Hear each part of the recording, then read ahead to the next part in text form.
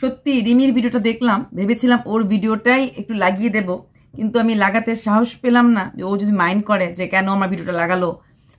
বেশ বড় বড়ভাবে কথা বললো। হ্যাঁ, বিশ্বাস কর রিমি, মন থেকেই বলছি, আমি তোর পাশে হয়তো কোনদিন ছিলাম না, আমি তোর মার পাশে ছিলাম। পিঙ্কি ছিল আমার মূল লক্ষ্য, পিঙ্কি ছিল আমার কন্টেন্ট, রিমি আমার কন্টেন্ট ছিল না। পিঙ্কির মেয়ে হিসেবে আমি তোকে চিনি, যার জন্য পিঙ্কির মেয়ের জন্যই কিন্তু আমি সেই গ্রুপটাতে অ্যাটেন্ড করেছিলাম এবং গ্রুপে গেছিলাম যেখানে পিঙ্কি এবং পিঙ্কির মেয়ে জড়িয়ে আছে। তাই আমার গায়েও একটা ট্যাগ লেগে গেল যে গ্রুপ গ্রুপ গ্রুপ, যেটা আমাকে কোনোদিনই কেউ পারেনি কখনো। যেখানে তুই না, তোর মা আছে, প্লাস এই গ্রুপটা সীমা খুলেছিল, তাই আমার কোথাও না কোথাও একটা ভালো লাগার জায়গা ছিল। আচ্ছা, সেখানে দাঁড়িয়ে তুই ভালো করে জানিস, তুই তো জানিস অ্যাটলিস্ট রিমি, আমি কতটুকুন ফোন কল করি বা কতটুকুন কল করে তোর মার থেকে বা তোর বাবার থেকে তোদের ঘরের খবর আউট করতাম, করে ভিডিও করতাম। কোনোদিনই তো ভালো করে জানিস যে কোনোদিনও আমি কল করেছি না তোর বাবাকে এই জীবনে আজ পর্যন্ত। তো এইসব বাতিক আমার কোনোদিন ছিল না। তবে হ্যাঁ, তোর মার হাসির সাথে আমি হয়তো এসেছি, তোর মার কষ্টের সাথে হয়তো কষ্ট পেয়েছি, আর যখন মনে হচ্ছে তোর মা ভুল, তুই ভুল, তখন বকেছি। আজকে তো ভিডিওটা দেখার পর কিছুক্ষণ আমি চুপ করে বসেছিলাম, মানে মনে হচ্ছিল সেই মেয়েটা যে চিল্লিয়ে কান্না করতো, কি করতো না করতো, কোথাও যেন একটুখানি বড় হয়ে গেছে। তুই বলছিস না আমি আগের মতো আর নেই, আগের মতো নেই, আমি বলবো তুই আগের মতো থাকতে লাগবে না, তুই এখনের মতোই থাক। তুই যেভাবে কোনো রকম হল্লাটলা না করে বেশ সুন্দরভাবে শান্তভাবে গেছিস, সাইন করেছিস, কোনো রকম ঝগড়া না করে এসেছিস, সেটাই আমি চাই। দেখ, এই জিনিসটা তুই 6 মাস আগে করলেও পারতি। তবে হ্যাঁ, এখন তুই বলবি যে না, আমি একটা মানে বলতে পারবো নিজের কাছে নিজে যে আমি ট্রাই করেছি, আমি এফোর্ট ঢেলেছি, ফট করে চলে আসেনি, তাহলে ঠিক আছে। তাই তুই গেলি, ঢুকলি ওই বাড়িতে, যে জোর করে এসেছে। আজকেও আমার লাইভে লিখে গেছে তুই নাকি জোর করে গেছিলি। না না না, বাবা যেমন লেখেনি, অন্য কেউ জোর করে ঢুকেছিলি, জোর করে গেছিল। এটা তো নো ডাউট, তুই তো জোর করেই গেছিলি। তোকে তো কেউ আমন্ত্রণ করে নিয়ে যায়নি, তোর জন্য কেউ আরতির থালাও নিয়ে বসে থাকেনি। তুই এইবার যে গেছিলি জোর করেই গেছিলি।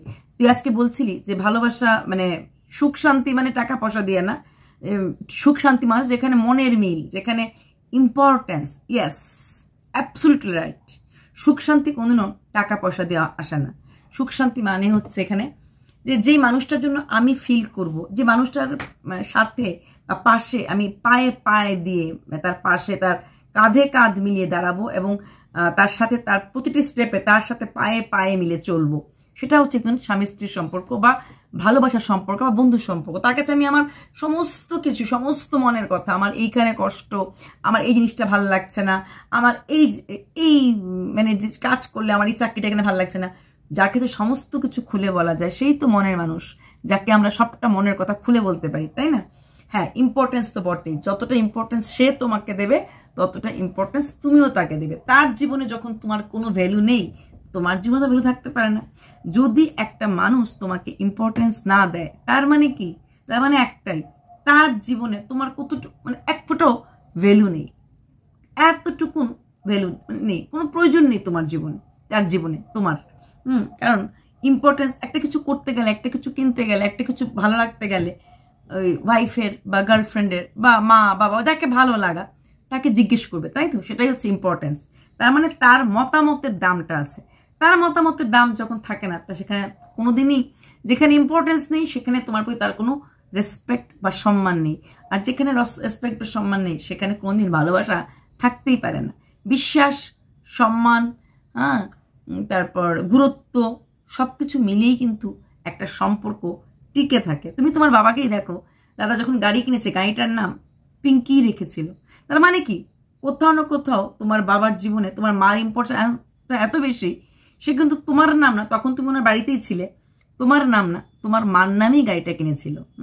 আর তোমার মাকে একটা স্কুটি কিনে দেবে, এটা অনেক আগেই তোমার বাবা কিন্তু বলেছিল, তোমার মা বলেছিল, যদিও পরবর্তীকালে তুমি বেশি চালাচ্ছ এটা, কিন্তু বলেছিল যে স্কুটি কিনে দেবো মেয়েকে নিয়ে এখানে এখানে ঘোরাফেরা করার জন্য। তার মানে তোমার বাবার কোথাও না কোথাও তোমার মাকে একটা গুরুত্ব দেয়। যদিও তোমার মা অনেক কিছু বলেছে, তুমি অনেক কিছু বলেছ, কিন্তু কোথাও না কোথাও গুরুত্ব আছে। আর গুরুত্ব আছে বলেই তোমার মা যতই পাগলামি সাগলামি করুক না কেন, মানুষটা আজও পাশে দাঁড়িয়ে আছে এবং তোমার সমস্ত রকম পাগলামি ছাগলামিও তোমার বাবা মেনে নিয়েছে, কারণ তুমি তোমার মার মেয়ে। তো তোমার মারকে উনি গুরুত্ব দেয় বলেই তোমার বাবা তোমারকেও গুরুত্ব দিয়েছে। তোমার ভিডিওটা দেখার পর সত্যি বিশ্বাস কর রিমি, আমার প্রচণ্ড ভালো লেগেছে। মানে মনে হয়েছে যে ছোট্ট রিমিটা যে লাফাতো, চিল্লাতো, ঝগড়া করতো, কাঁদতো, রামকৃষ্ণ রামকৃষ্ণ বলতো, আজকে অনেকটা বড় হয়ে গেছে। এবং তুই বলছিস না কপালে একটা ট্যাগ লেগে গেছে, হ্যাঁ, এটা আমি আজকে সন্ধ্যার সময় বারবার বলেছি। কোথাও না কোথাও আমারও একটা কষ্ট তো লাগছে। যত কথাই বলুক না কেন, যতই আমরা স্মার্ট হই না কেন, এই ট্যাগটা সত্যি ভালো লাগে না। তবে একটা কথা বলবো, তুই একটা কথা বলেছিস যে একজনের সঙ্গে থাকতে আর কারোর সাথে রিলেশনশিপে যেতে আমার ভালো লাগে না। আমি এখন একটা কথা বলবো, এই মোমেন্টে তুমি রিলেশনশিপে যাওয়া বা প্রেম করা বা আলাপ দিয়ে বিয়ে করা কোনোটাই করো না। তোমার মা তোমার জন্য আগেও আলাপ নিয়ে এসেছিল, তো আমি বলবো করো না এসব জিনিস। 25 যাক, 26 যাক, 27 যাক, আরেকটু বড় হও, আরেকটু ম্যাচিওর হও। কারণ আরেকটা ঝড় যদি জীবনে আসে, তোমার মধ্যে এখনো রাগ থাকবে, সেন্টিমেন্ট থাকবে, এগুলি তোমার মধ্যে আছে। তোমার জীবন যদি আরেকটা ঝড় আসে বা আরেকটা রাগ আসে বা আরেকটা তুফান আসে, পারবি কি সামলাতে? আমার তো মনে হয় না। তাই নিজেকে আরো সময় দাও, নিজের মধ্যে আরেকটু স্থিরতা আনো। মানুষ এমনিতেই বলে যে বয়সের সাথে সাথে ম্যাচুরিটি চলে আসে, তোমাকে ম্যাচিউর হতে লাগবে। আর ওই যে ঘরের কিছু কাজকর্ম যেগুলি নর্মাল লাইফে করতে লাগে, সবাই সমান হয় না। তুমি বলছো তোমার মা বাবারও কিছু এক্সপেকটেশন আছে, নিশ্চয়ই তোমার মা বাবার তোমার থেকে এক্সপেকটেশন থাকবে, তোমার যে হাজব্যান্ড হবে তার থেকেও এক্সপেকটেশন থাকবে। আর তোমার মা বাবার যদি তোমার হাজব্যান্ড থেকে এক্সপেকটেশন থাকে, যে তোমার হাজব্যান্ডের যে হবে তার মা বাবার তোমার থেকে এক্সপেকটেশন থাকতে পারে, দুই তরফে এক্সপেকটেশন থাকতে পারে। সেই এক্সপেকটেশনগুলি উঠানোর জন্য বা কাটানোর জন্য তোমার মধ্যে ম্যাচুরিটি আনাটা অনেক দরকার।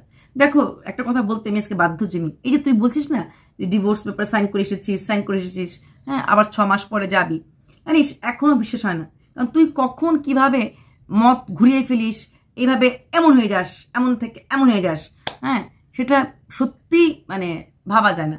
একটা কথা বলবো, এইবার আর ঘটিটা এভাবে ঘুরিয়ে দিস না।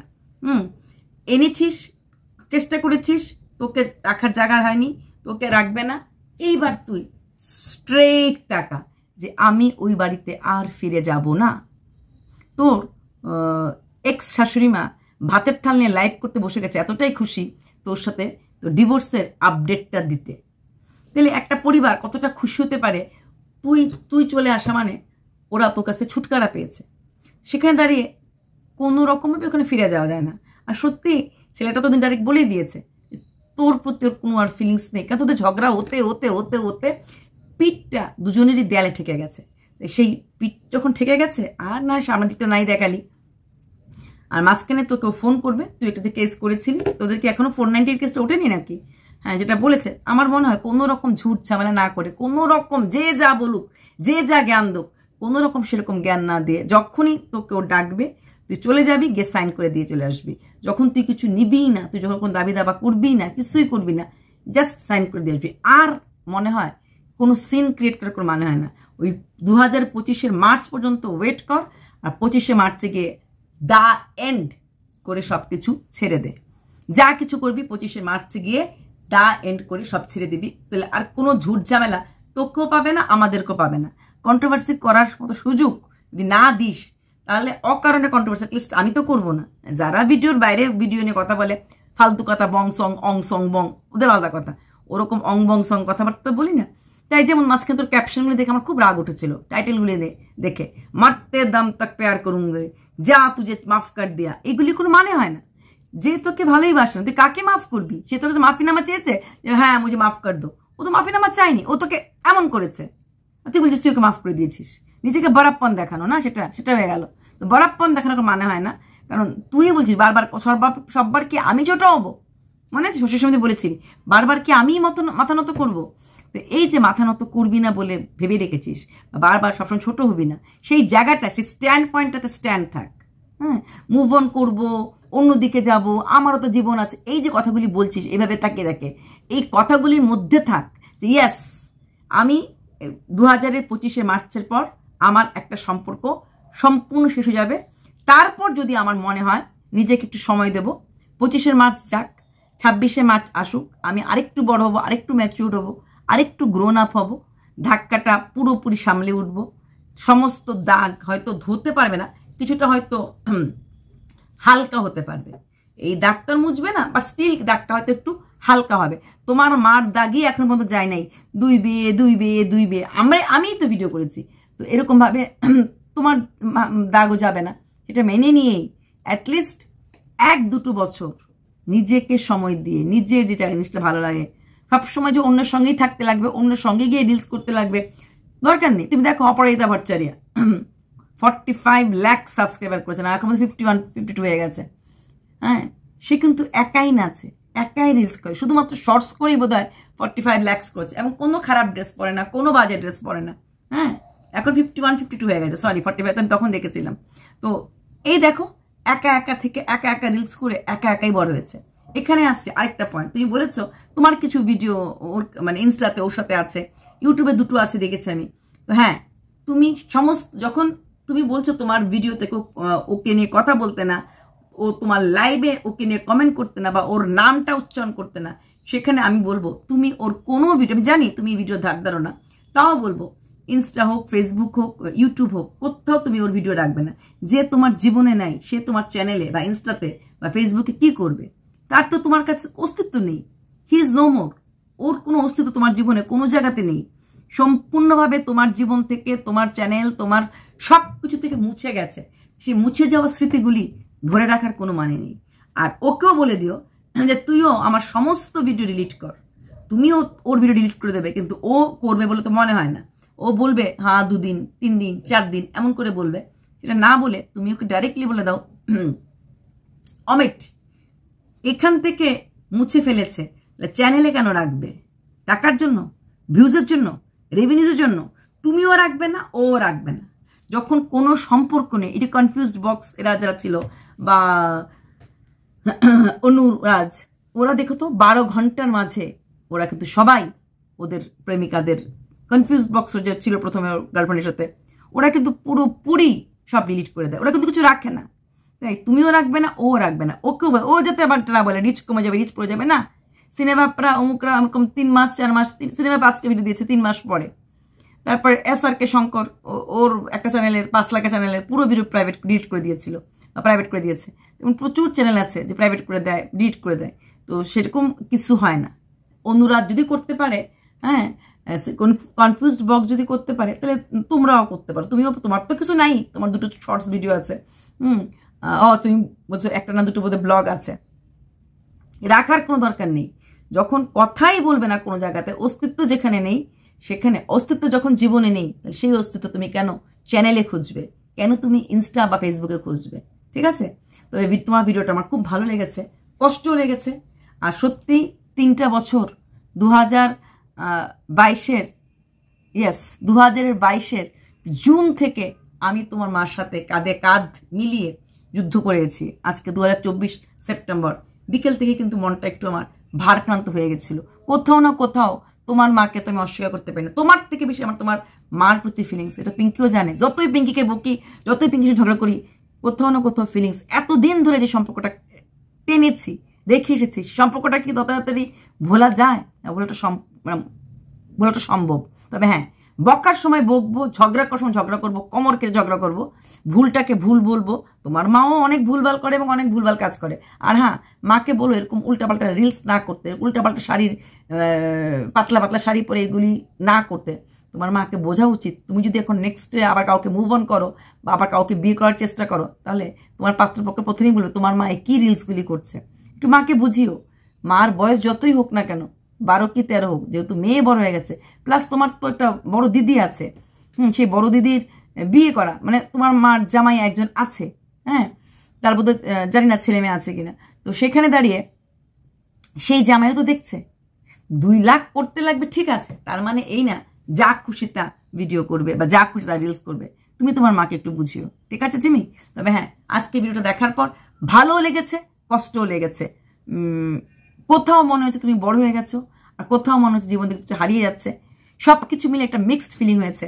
সত্যি অনেকটা সময় ভিডিওটা দেখার পর চুপ করেছিলাম, ভিডিওটা করতে, মানে এখন ভিডিও করতে ইচ্ছে করছিল না, ভাবছিলাম তোমার ভিডিওটাই লাগিয়ে দেবো। আর ভাবলাম না, আমি আমার মনের কথাটা তো বলতে পারবো না, তোমার প্রত্যেকটা লাইন তুলে তুলে ভেবেছিলাম, মানে ক্লিপিংস লাগাবো বলবো, সময় একটা লেগে যাবে। ভালো লেগেছে, কয়েকটা জায়গা আমার খুব ভালো লেগেছে।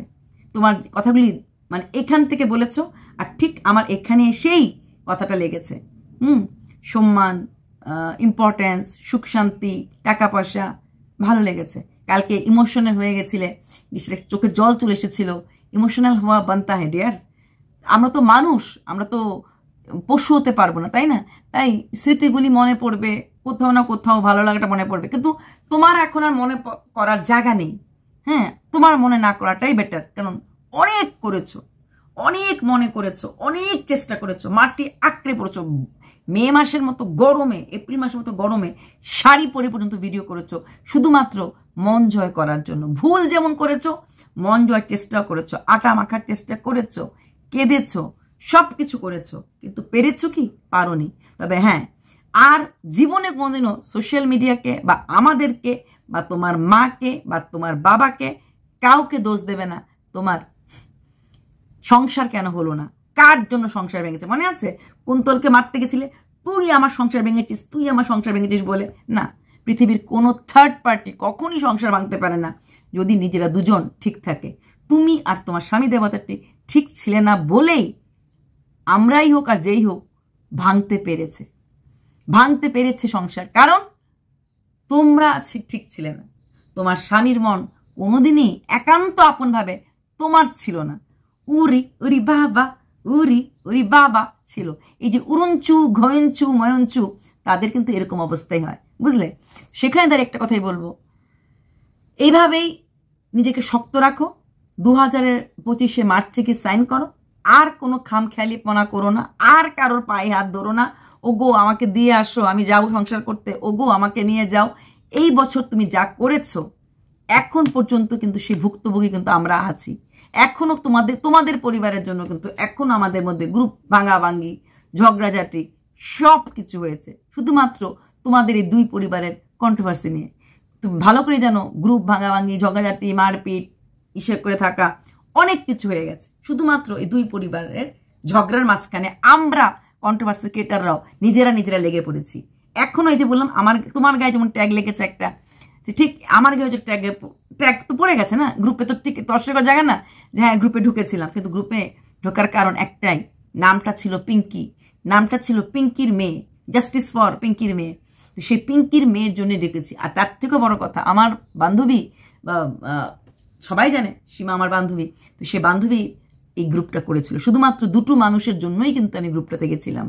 যদিও আলটিমেটলি পারলাম না তোমার সংসার টিকে রাখতে। যদি তোমার সংসার টিকে থাকতো তাহলে মনে হতো ইয়াস কিছু একটা তো করেছি, অ্যাটলিস্ট যা কিছু হোক, সংসার তো করছে মেয়েটা। তখনও মনে হচ্ছিল ঝগড়া হোক, মারপিট হোক, যা কিছু হোক, সংসার তো করছে। তখনও বললাম যা বাবা, যা কিছু হয়েছে অ্যাটলিস্ট সংসারটা তো হচ্ছে। কিন্তু না, সেটা বলার মতো কিন্তু রাস্তা রইল না বা কোনোটাই রইল না। তো তাও বলবো, মুভ অন যখন করেছো পুরোপুরি মুভ অন হবে, পুরোপুরি সব কিছু ভুলে যাবে। ওই দুদিন পরে আবার ও সোনাই গো আসো না কোনাই গো, ওই সোনাই আর কোনাই এই জায়গাগুলো থেকে নিজে ছেড়ে চলে আসো। অনেক হয়েছে সোনাই কোনাই, অনেক করেছো। সোনাই কোনোদিনই তোমার ছিল না। বাই।